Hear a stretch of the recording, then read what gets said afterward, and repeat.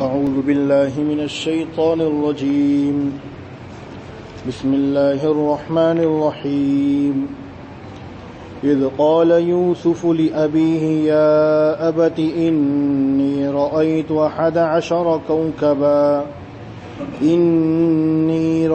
11 كوكبا والشمس والقمر رأيتهم لي ساجدين قال يا بني لا تقصص رؤياك على إخوتك فيكيدوا لك كيدا إن الشيطان للإنسان عدو مبين وكذلك يجتبيك ربك ويعلمك من تأويل الأحاديث ويتم نعمته عليك وعلى آل يعقوب كما أتمها على أبويك من قبل إبراهيم وإسحاق إن ربك عليم حكيم صدق الله العظيم رب اشرح لي صدري ويسر لي أمري واحلل عقدة من لساني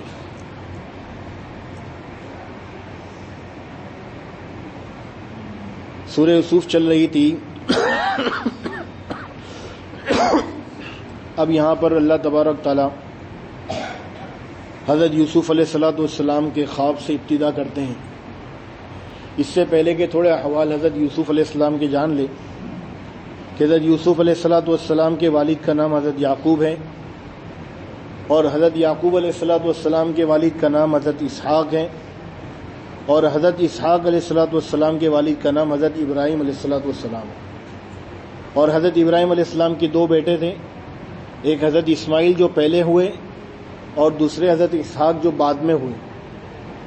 اور حضرت اسماعیل علیہ السلام کی امت سے یعنی ان کی نسل سے صرف ایک نبی اور وہ ہے حضور صلی اللہ علیہ وسلم.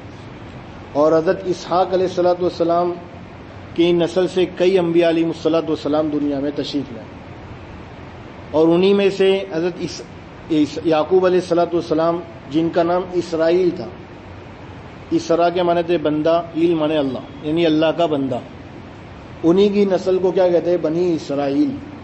اور حضرت یعقوب علیہ السلام کی 12 بیٹے تھے, 2 بیٹے ایک ماں سے تھے اور باقی 10 بیٹے دوسری ماں سے تھے.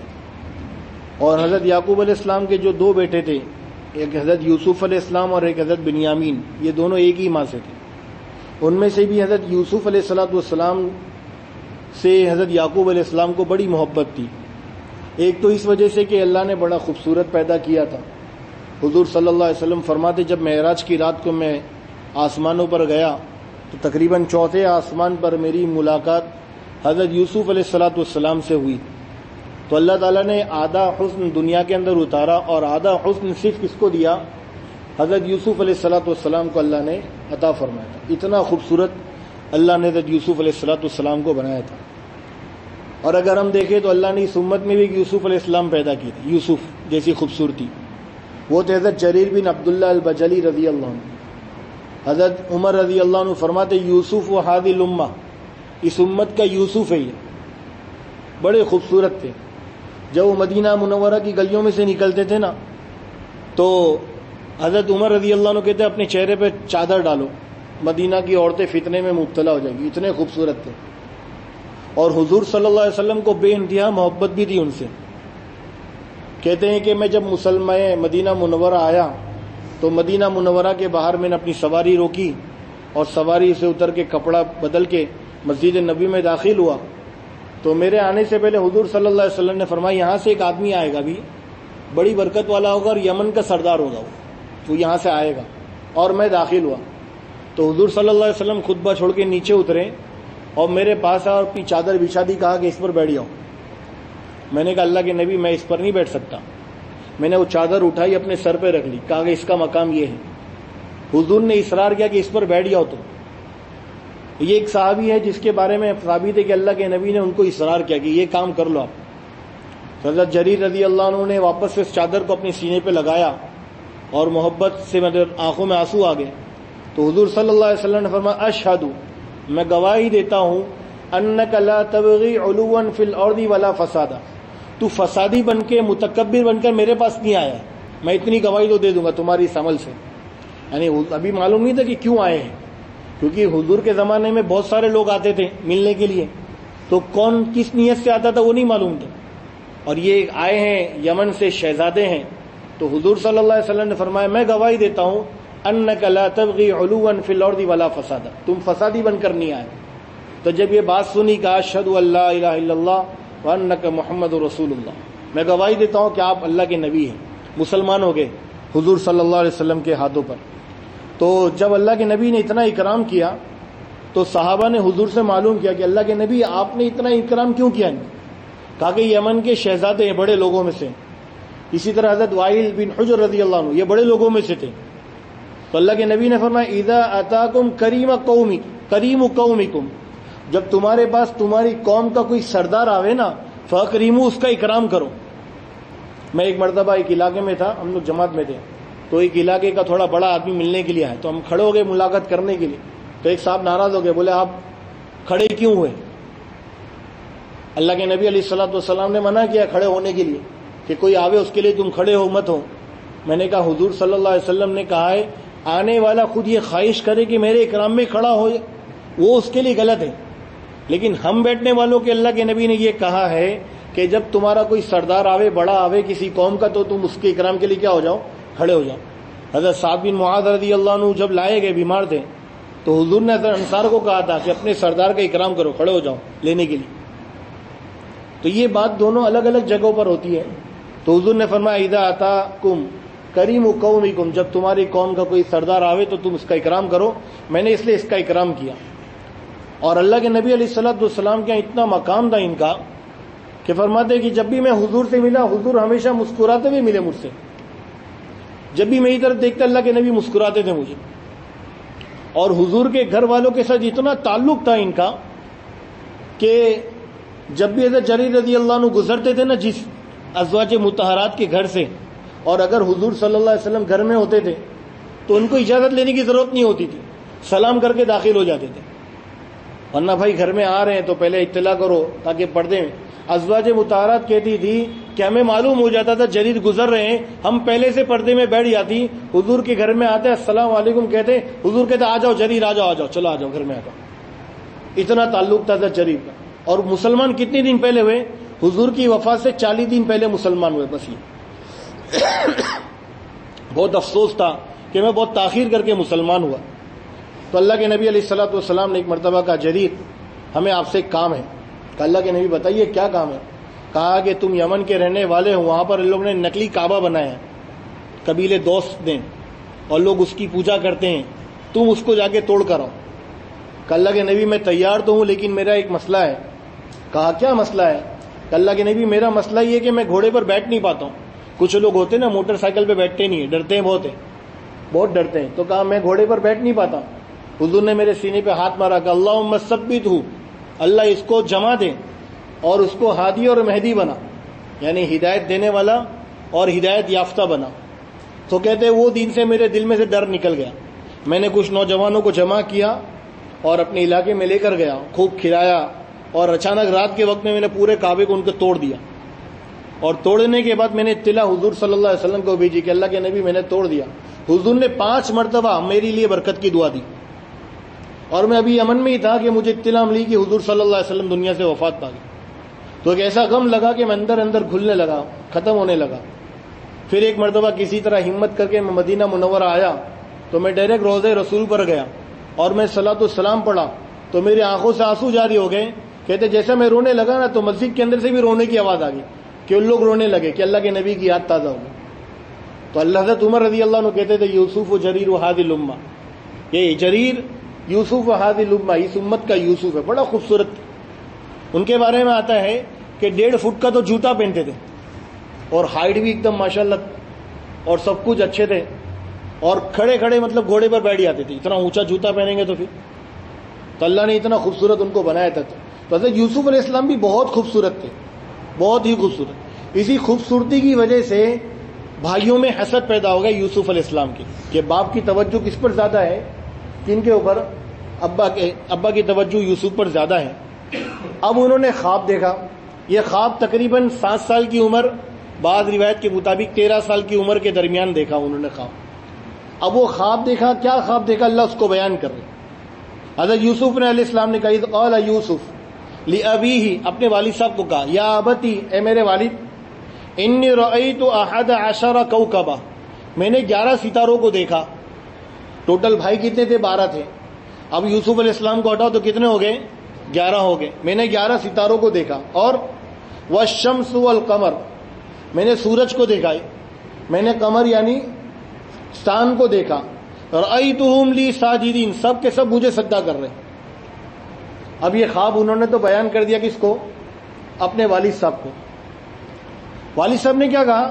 یا بنیا، اے میرے بیٹے، لا تقصص رؤیاک علی اخوتک، اپنے بھائیوں کے سامنے خواب بیان مت کرنا. کیوں؟ فیکیدوا لک کیدا، تیرے خلاف پلاننگ کریں گے وہ لوگ. کیوں پلاننگ کریں گے؟ ان الشیطان للانسان عدو مبین، بے شک شیطان انسان کا کھلا ہوا دشمن ہے. اب یہ جو 2 آیت ہیں نا، اس میں 10 فائدے ہیں، 10 باتیں ہیں اس قرآن کریم کی.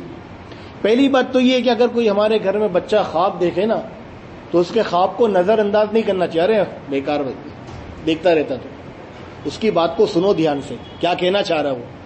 آج کل ہمارے گھروں کا سب سے بڑا مسئلہ یہ ہو گیا، بچہ کوئی بات کہتا ہے نا، ابا موبائل میں ہو تو باپ توجہ سے سنتا ہی نہیں ہے. ارے ہٹ، میرا کام کر رہا ہوں، زیادہ ٹائم نہیں میرے پاس. وہ ایک واقعہ میں نے کتابوں میں پڑھا تھا کہ ایک بچے نے اپنے باپ کو پوچھا، باپ جب گھر پر آئے نا تو بولے ابا جان آپ 1 گھنٹے میں کتنا کماتے ہو؟ ایک تو ٹینشن رہتا ہی ہے گھر میں آنے کے بعد. ہمارا مزاج یہ ہے کہ ہم باہر کا ٹینشن بھی گھر میں لے کر آتے ہیں. تو باپ ناراض ہو گیا، بولی کیا بات کرتے ہو تو، یہ سب پوچھنے کی، بھگ ادھر سے، بھگا دیا اس کو. پھر وہ کمرے میں گئے، تھوڑا سا سکون ملا، راحت ملی، تو بیٹے کو بولا بیٹا ادھر آ، کیا پوچھ رہے تھے؟ بولے ابا جان آپ 1 گھنٹے میں کتنا کماتے ہو؟ کہا بیٹا 1 گھنٹے میں 500 روپیہ کماتا ہوں. کل ابا جان 250 روپیہ ادھار دو نا. ابھی اس سے تھوڑا ٹھنڈے نہیں ہوئے تو دوسرا سوال بچے نے ڈاک دیا، تو آپس سے گرم ہو گئے. پھر والد صاحب نے 250 روپیہ دیے، تو بچے نے 250 روپیہ اپنے گدے تکے کے نیچے سے نکالا اور 250 روپیہ ابا نے دی، 500 دیا اور کہا ابا جان کل 1 گھنٹہ میرے پاس رہنا، 500 روپیہ آپ کو میں دیتا ہوں 1 گھنٹے کا، کیونکہ آپ میرے کو وقت دیتے نہیں. وہ ایک واقعہ کتابوں میں آتا ہے، ایسی لوگوں نے بتایا بھی کہ دونوں میاں بیوی اسکول ٹیچر ہیں. تو بچوں کے جو آتے نا ایگزام کے جوابات، سوال پرچے، تو سب چیک کر رہی تھی. تو ایک جو ٹیچر تھی نا عورت، وہ رونے لگی. تو شوہر نے پوچھا رو کیوں رہی ہے؟ بولے دیکھو بچے کو میں نے سوال پوچھی کہ تم کیا بننا چاہتے ہو فیوچر میں، تو بچے نے لکھا میں موبائل فون بننا چاہتا ہوں. تو اس میں رونے کی کیا بات ہے؟ بولا بچہ ہمارا ہی ہے، بولے اس نے جواب میں لکھا ہی. اور اگر ہم دیکھیں نا تو ہمارے گھر کا بھی حال ہی کہ ہم زیادہ وقت موبائل کو دیتے، بچوں کو نہیں دیتے. یا حضرت یعقوب علیہ الصلوۃ والسلام نے اپنے بیٹے کو کہا کہ بیٹا بات کو پوری دھیان سے سنا. اس لیے اگر بچہ کوئی خواب دیکھے نا تو بچے نادان ہوتے ہیں، چھوٹے ہوتے ہیں، ان کے خواب کے بارے میں پوری تفصیلات میں آئندہ بتاؤں گا. خواب ان کے کبھی کبھی سچے ہوتے، تو بات کو سن لیا کریں، اگنور نہیں کرنا چاہیے بچوں کو، اور سمجھانا چاہیے، پوری بات آئے گی انشاءاللہ. تو پہلی بات تو یہ ہے کہ بچے اگر کوئی بات کہیں اور کوئی کچھ پوچھے تو اگنور نہیں کرنا چاہیے، بچے کی بات کو دھیان سے سننا چاہیے. اگر کچھ آگے کی رہبری کی چیز ہے تو وہ بات کی بات ہے، پہلے بات کو دھیان سے ہم کیا کریں، سن لیں. دوسری بات یہ ہے کہ یہاں پر ایک لفظ استعمال کیا بیٹے نے، یا ابتی. کیا کہا؟ یا ابتی، اے میرے ابا جان. تو علماء نے لکھا ہے کہ جو اپنے قریبی رشتہ دار ہیں نا اس میں محبت کا اظہار ہونا چاہیے. ایسے الفاظ سے بلانا چاہیے جس میں محبت کا اظہار ہو، جیسے ابو، ابا جان، امی جان، اس میں محبت کا اظہار ہے. میں ایمانداری سے کہتا ہوں اگر ہم یہ بولے پاپا، ڈیڈی، آپ ایمانداری سے بتائیں اس میں محبت کا اظہار ہے کیا؟ ایک جملوں کے اندر ایک عربی زبان بہت پیاری زبان ہے، اس میں جو یا ابتی کے اندر محبت بھرا جملہ ہے نا ہم اس کو سمجھ ہی نہیں سکتے. حضرت ابراہیم علیہ الصلوۃ والسلام اپنے والد صاحب کو نصیحت کر رہے ہیں کہ بے ابا جان آپ ایسا مت کرو، ایسا مت کرو. والد صاحب اور ایک دم سختی کے ساتھ پیش آ رہے ہیں، لیکن حضرت ابراہیم علیہ السلام محبت سے آگے بڑھے ہی نہیں، یعنی محبت سے نیچے اترے ہی نہیں. کہہ رہے یا ابتی، یا ابتی، اے میرے ابو جان، اے میرے ابو، اے میرے پیارے ابو، یعنی یہی استعمال کریں. معلوم ہوا کہ قریبی رشتہ داریاں جو ہوتی ہیں نا اس میں محبت کا اظہار ہونا چاہیے، اچھے الفاظ استعمال کرنا چاہیے. تیسری چیز، اپنی نعمت کو چھپانا ضروری ہے۔ حضور صلی اللہ علیہ وسلم کی ایک حدیث ہے، اپنی کسی نعمت کو اگر تم تکمیل تک پہنچانا چاہتے ہو، مکمل کرنا چاہتے ہو، تو اس نعمت کو چھپاؤ۔ یہ بہت اہم چیز ہے، آج کے اندر یہ چیز بہت ضروری ہے۔ دیکھو دو چیزیں ہوتی ہیں، اگر آپ کو ایسا لگ رہا ہے کہ میں نعمت بیان کروں گا لوگ حسد کرنے لگیں گے، آپ اپنی نعمت کو چھپاؤ۔ اگر آپ کو ایسا لگ رہا ہے کہ امن کا ماحول ہے، کوئی مخالف نہیں ہے، کوئی کچھ کرے گا نہیں، تو آپ اپنی نعمت کا اظہار کرو، لیکن کس لیے کرو؟ کہ اللہ نے مجھے نعمت دی، اس کا اظہار کر رہا ہوں میں۔ ورنہ ہوتا یہ ہے کہ حسد کرنے والے بہت کرتے ہیں حسد۔ ایک حسد ایسی بیماری ہے کہ آپ نے اپنی نعمت کو ظاہر کیا، لوگ حسد کرنا شروع کر دیں گے۔ آپ نے کہا کہ ماشاءاللہ مجھے تو بہت بڑی نوکری مل گئی، ایک جگہ اچھی جاب مل گئی، یہ مل گئی۔ اب وہ سامنے ایسا بیٹھا تھا جو سوچ رہا تھا کہ میں اتنے سال سے ایک جگہ محنت کر رہا ہوں جاب کی، یعنی وہ اپلائی کر رہا ہوں، لیکن وہاں میرا نہیں ہوا، اس کا ایک جھٹکے میں ہو گیا۔ اب وہ حسد، اب وہ اس کے خلاف پلاننگ، اب وہ ساری تدبیریں کرے گا، کوئی نہ کوئی کوشش ایسی کرے گا کہ اس کو نقصان پہنچے کسی نہ کسی طریقے سے۔ یہ ہوتا ہے کہ نہیں ہوتا ہمارے معاشرے کے اندر؟ ہر آدمی جس فیلڈ میں ہے اس فیلڈ میں حسد کرنے والے موجود ہیں۔ تو اب ان سے بچنے کے لیے کیا کرنا ہے؟ ان سے بچنے کے لیے ایک ہی وجہ ہے، آپ اپنی نعمتوں کو چھپاؤ، خواہ مخواہ نعمتوں کو بیان مت کیا کرو، جہاں موقع ہو وہیں نعمت کو بیان کرو۔ اسی طرح آدمی کچھ چیزیں پڑھتا ہے، قرآن کریم کی آیتیں، قرآن کریم کی باتیں پڑھتا ہے، تو علماء نے لکھا ہے کہ ان چیزوں کو بھی چھپاؤ۔ بعض مرتبہ ہوتا ہے نا، آپ نے دیکھا ہوگا کہ آپ قرآن کریم کی تلاوت کا اہتمام کر رہے ہیں، آپ سورہ واقعہ کا اہتمام کر رہے ہیں، آپ نے کسی کے سامنے تذکرہ کر دیا، ارے بھائی میرا تو الحمدللہ بہت اہتمام ہے سورہ فاتحہ کا، سورہ واقعہ کا۔ کیا ہوا؟ تھوڑے ٹائم کے بعد بند ہو گیا، آپ نے بولے میں تو پڑھ رہا تھا لیکن اچانک۔ تو آپ کو اللہ نے جو نعمت دی ہے نا، اس نعمت کو چھپاؤ، مت بیان کرو۔ ہر ایک کو ہضم نہیں ہوتی باتیں، اس سے ہی ہمیں یہ سبق ملا۔ حضرت یعقوب علیہ السلام اپنے بیٹے کو جو نصیحت کر رہے ہیں نا کہ بیٹا مت بیان کرو، اس سے علماء نے یہ بات بھی نکالی۔ ایک چیز یہ بھی نکالی علماء نے کہ اپنے خواب اپنے دشمن کو نہیں بیان کرنا چاہیے۔ اس کی تفصیل تو میں انشاءاللہ بعد میں بیان کروں گا کہ خواب کی پوری تفصیلات آئے گی، اس کے احکامات آئیں گے، اور اللہ کے نبی علیہ الصلوۃ والسلام کے خواب کے تذکرے آئیں گے، وہ وہاں پر آئے گی بات۔ اسی طرح ایک آخری بات یہ آج کے اندر، باقی کل آئے گی، ہر بات کو نقل کرنا ضروری نہیں ہوتا۔ دیکھو یہاں پر 11 بھائی کا تذکرہ آیا نا، 10 بھائی تو ایسے تھے جو تکلیف پہنچانے کے ہو سکتا تھا کہ تکلیف پہنچائیں گے۔ حضرت بنیامین کے بارے میں تو تھا ہی نہیں کہ وہ چھوٹے ہیں اور ایک ہی ماں سے دونوں، وہ تو تکلیف پہنچانے کے رہے، لیکن حضرت یعقوب علیہ السلام نے سب کو کیوں کہا کہ کسی کو بھی مت بتانا؟ ایک چیز سمجھنے کی ہے نا بھائی، 10 بھائی جو تھے وہ دوسری ماں سے تھے، ان کے بارے میں تو تھا کہ یہ تکلیف پہنچا سکتے ہیں، لیکن ایک جو چھوٹا بھائی تھا بنیامین، اس کے بارے میں بھی حضرت یعقوب علیہ السلام نے کہا کہ اس کو بھی مت بتانا۔ علماء نے اس کی وجہ یہ بیان کی ہے کہ چھوٹے تھے، ہو سکتا ہے کہ نہ سمجھی میں کوئی بات کہہ دے اور وہ بات بھائیوں کو پہنچ جاوے اور وہ نقصان پہنچا دے، اس لیے معلوم ہوا کہ ہر بات کو نقل کرنا ضروری نہیں ہوتا ہے۔ بعض مرتبہ کوئی چیز حکمت کے خلاف ہوتی ہے، اس لیے اس کو نقل بھی نہیں کرنا چاہیے، بلکہ کیا رہنا چاہیے؟ خاموش رہنا چاہیے۔ باقی اور باتیں ہیں وہ انشاءاللہ آئندہ کل آئے گی، اللہ ہم سب کو عمل کرنے کی توفیق عطا فرمائے۔ اس لیے ہمارے استاد ایک بات کہتے تھے کہ بعض مرتبہ جو ہے نا استاد کی ضرورت پڑتی ہے آدمی کو۔ یہ جو باتیں ہیں نا علماء نے نکالی ہیں اپنے استادوں سے سن کر، تو اگر ہم صرف ترجمہ پڑھ لیں اور صرف تھوڑی سی چیز دیکھ لیں تو آئی ساری چیزیں نہیں ملتی ہے، بلکہ ہمارے استاد جن کی میں تفسیر پڑھتا ہوں باقاعدہ، انہوں نے 101 تفسیر، 111 تفسیریں سورہ یوسف کی پڑھی پھر اس کو بیان کی ہے۔ 111 تفسیریں، یہ معمولی چیز نہیں ہے۔ تو آدمی کو تفسیر پڑھنا اور پھر اس کو بیان کرنا یہ بہت بڑی بات ہوتی ہے۔